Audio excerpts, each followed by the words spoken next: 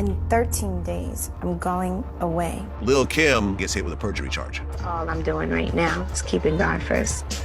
A cell can only hold my body and never my mind. Lil Kim served a year and a day in jail for trying to protect her friend. I was mad at Puff because he was in charge. Puffy is Puffy. It's all about himself a lot of times.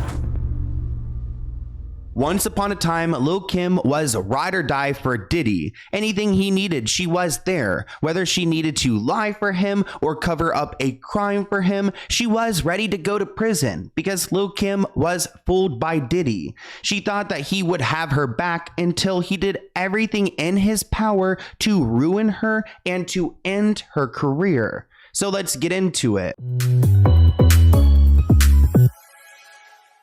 If you aren't subscribed to the Let's Get Into It podcast, then you're only getting half the tea. For longer videos, deep dives, and of course, more of me, subscribe to the Let's Get Into It podcast listed in the description below. Now, of course, everybody's talking about Diddy and the shady things that he has been up to. One of my friends was like, you know what, Sloan, I'd love for you to talk about what he did to Lil Kim. And I was like, wait, hold on.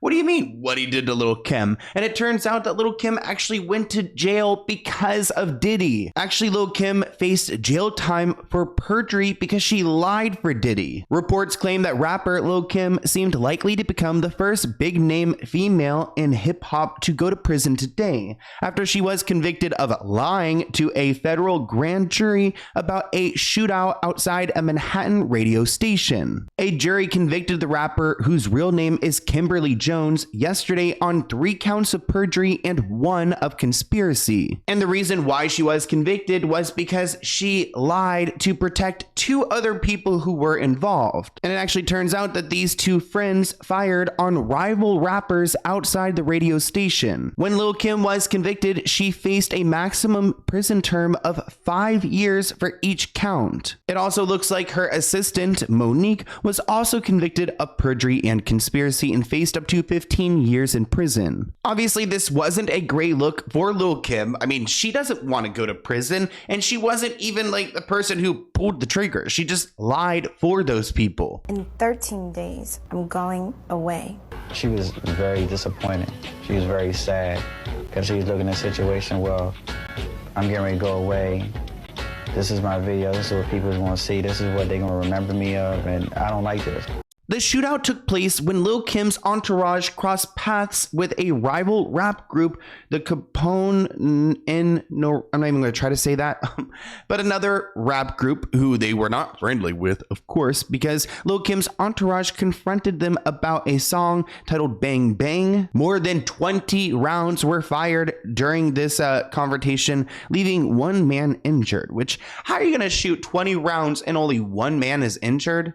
Like, unless they're going after that guy. Lil Kim had testified in 2003 that she hadn't noticed 2 friends, her manager, Damien, and this guy named Soof Jackson, at the scene of the gun battle. The jury, however, saw the radio station security images showing Damien opening the doors for Lil Kim. So, of course, she clearly knew that these men were there, and she lied to the judge saying that she hadn't, which is perjury. Actually, Damien pled guilty to firing the pistol and was sentenced to 10 years in prison. Mr. Jackson pled guilty to firing an automatic weapon at the scene and served a 12-year sentence. Of course, Lil Kim was disappointed by the verdict because she didn't have to lie for these people. It didn't help them get away, and it ended up just ruining her career. That's all I'm doing right now is keeping God first. A cell can only hold my body and never my mind. On the windows, they was, you know, they were hyped, you know, they jubilant. They like, oh, Kim coming to my jail. I seen them, and, you know, I saluted them. I threw my fist up to them because, you know, I understand.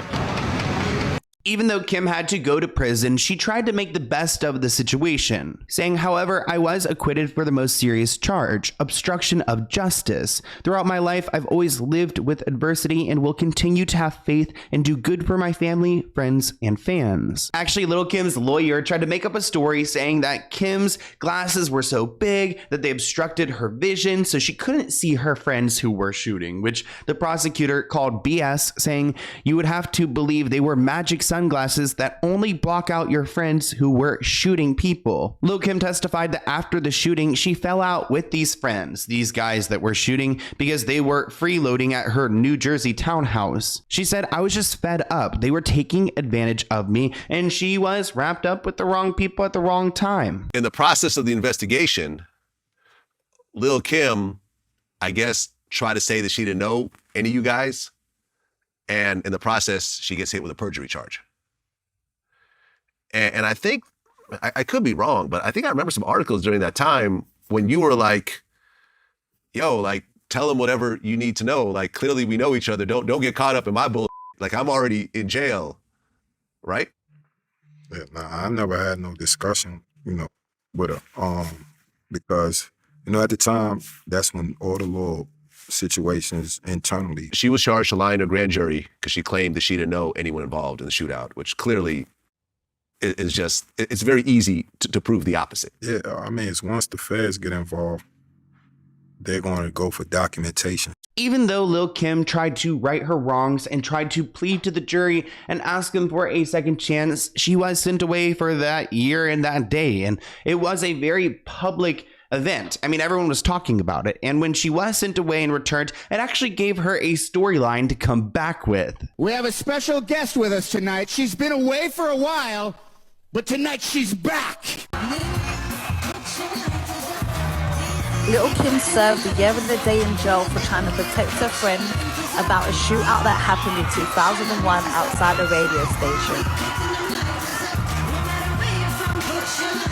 Now, Lil Kim might embrace her prison time, but she does not embrace this incident, and she still maintains that she has no knowledge of any argument or what instigated this gunfire. Asked whether Lil Kim's entourage played a role in the confrontation, they said, "I don't think so. I didn't see them. I think they left already." But clearly, there's someone who isn't telling the truth here. So really, why was there this confrontation in the first place? And why was someone targeted? Lil Kim was also present at a 1999 shooting at Sean Puffy Combs' studio. So at Diddy's studio. Diddy had a trial on gun possession because he was in a nightclub and shot someone up. And of course, Lil Kim denies ever witnessing a shooting at Diddy's studio. Reports write, as we previously reported, the drive-by shooting happened early Friday morning just outside Daddy's house studio. The gunfire shattered a glass door of the facility but did not hit anyone directly. The New York Post reported over the weekend that blood trails found at the scene were from a woman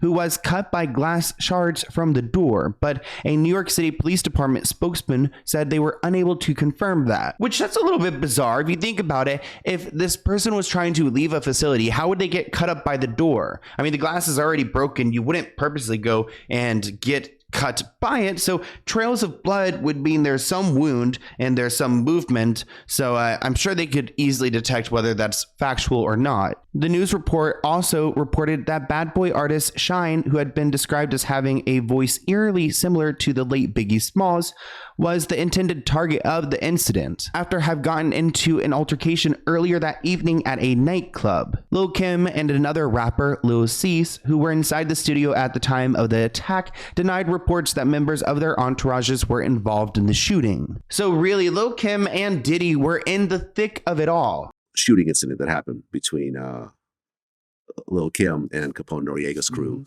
which was tied into the whole Foxy Brown incident and so forth. Were you around Lil Kim when that was happening? No. So you were already separated by that point? Well, we lived, it's funny because we lived in the same complex. We seen each other every day. And Lil Kim ended up perjuring herself because she said that she didn't know C Gutter, she didn't know D-Rock. The police came in and was like, okay, here's you guys together. She ended up going to jail for, was it a year? Yeah. I was mad at Puff. Why? Because he was in charge. He said that he could do what I did. And he could, make it all flow the right way. And it was, they went to Fed jail. How you let Kim go to Fed jail? She's Kim. Yeah. Like, what's going on here? Like, I'm telling you, it's Puff was saying, I got y'all. And the only person who they became was him, and everybody else, One thing that really bothered Lil Kim about Diddy was that he never came to visit her while she was in prison. Lil Kim has plenty to talk about besides rap nemesis Nicki Minaj. While speaking to Swag Holloway during MTV News Rap Fix Live, Lil Kim talked about running with Diddy despite never being signed to his Bad Boy Records. She said, Biggie did bring me to Puffy. He said, she's too pretty to be rapping. Female rappers don't look like her. What am I supposed to do with her? Kim went on to say that she and Diddy, who had recently worked with Nicki Minaj, no longer speak. Quote, the only problem I had with Diddy is that you see this girl taking shots at me, Kim said, referring to Nicki. Even on your own record, she took a shot at me. And why didn't you stop that? If this was me years ago, he would have been doing everything if it was somebody he was working with or had a relationship with and he got money from or whatever and be like, this can't go out. So essentially, Lil Kim was frustrated that Diddy was allowing Nicki Minaj to walk all over her, and he was kind of uplifting her at the same time, giving her that clout so that she could walk over Lil Kim. Kim also mentioned during her incarceration that Diddy was nowhere to be found. Quote, I'm bothered by his actions because I rolled with Puffy to the bitter end and I would have still rolled with him. Puffy never came to see me in prison, not one time. He didn't write me a letter. He didn't say, here's a number for Kim to call, not once. So of course, Lil Kim didn't feel that loyalty from Diddy, and she had been wrapped up in some, criminal activity that involved him. It was at his spaces, it was around his people, yet she's the one who's left to, handle the dirty work and to pay the consequences. Well, not anymore. I rode with Puffy to the bitter end and still would have rode with him. Puffy never came to see me in prison, not one time. He didn't write me a letter. He didn't say, here's a number for Kim to call, not one time. After all the history that we had, not one time. Just the fact that he didn't even try to, reach out or, make sure that I was good to see my face. One of my favorite throwback songs is the Thong song, which I know it's not a major throwback, but it kind of is, And actually, Lil Kim was supposed to be on that song, but Diddy supposedly blocked her from doing so. It seemed like Diddy was done with Lil Kim after she had gone to prison and done her time. I mean, they were on working terms prior to her sentencing, and then afterwards, he really just ghosted her. Supposedly, she had a contract with him. I'm not entirely sure, but Diddy wasn't happy when she wanted to leave and do her own thing. So he really tried to stop her from succeeding in many different ways. At the end of the day, Puffy is Puffy. it's all about what he can do, what he can give to people. That's it. Puffy it's all about himself a lot of times, because he never really did nothing for me. I mean, when we were coming up, we had to do things for each other, but I judge by what happened afterwards. When I was locked up, and here's where Puffy should feel really bad. When I was locked up, Puffy never put a fucking $10 bill, a penny, a quarter in my fucking commissary. He never wrote me a letter. He didn't try to come see me. None of that.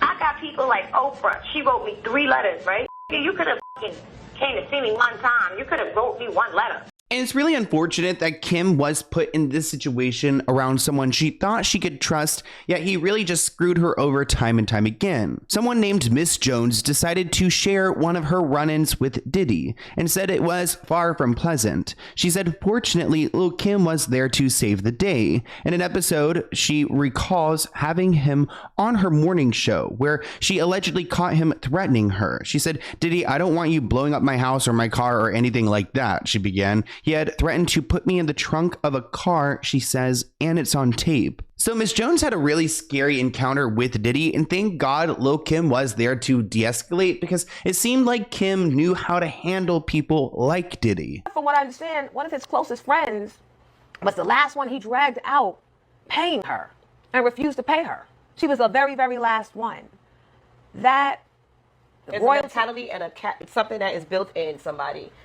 And Diddy, I don't want you blowing up my house or my car or anything like that. Good night! I don't. Because I don't. He already threatened to put me in the trunk of a car. What? And it's on tape. You know when we take you back in the room to do commercials? After you do an interview on the radio, and we take you in the back, and he didn't know that the tape was running. And if I hadn't heard it, I wouldn't have believed it. And Lil Kim said, leave Jonesy alone. Jonesy don't hurt nobody. Stop, yep. You saved me. You're my hero. Yep. Wow. Where there's smoke, there's fire. Baby. That's what I've always. That's what I know. Fire. That's what I know to be true. And we need the men to. If you ain't gonna stand up for what's right, shut the fuck up and like set your ass somewhere. Shut up. Don't say nothing. Nothing at all. Don't say nothing, because that is crazy. It's crazy and it's so wrong and it's scary. I mean, Diddy needed to be stopped a long time ago. This person wrote, "We've got to give Lil Kim. I mean, she definitely held it down for the women in the industry behind the scenes, protecting them from the dangers of the industry." So yeah, we'll give it up to Lil Kim for protecting other women, but you know, she's also got to protect herself. Either way, it is interesting to learn more about Lil Kim's relationship with Diddy, because I feel like she's someone that he felt crossed by, even though she did everything in her power to protect him, and she ended up getting screwed over, which sucks. But I want to hear what you guys think in the comments below. I hope you enjoyed this video, and I'll see you in a new one soon. Bye, guys.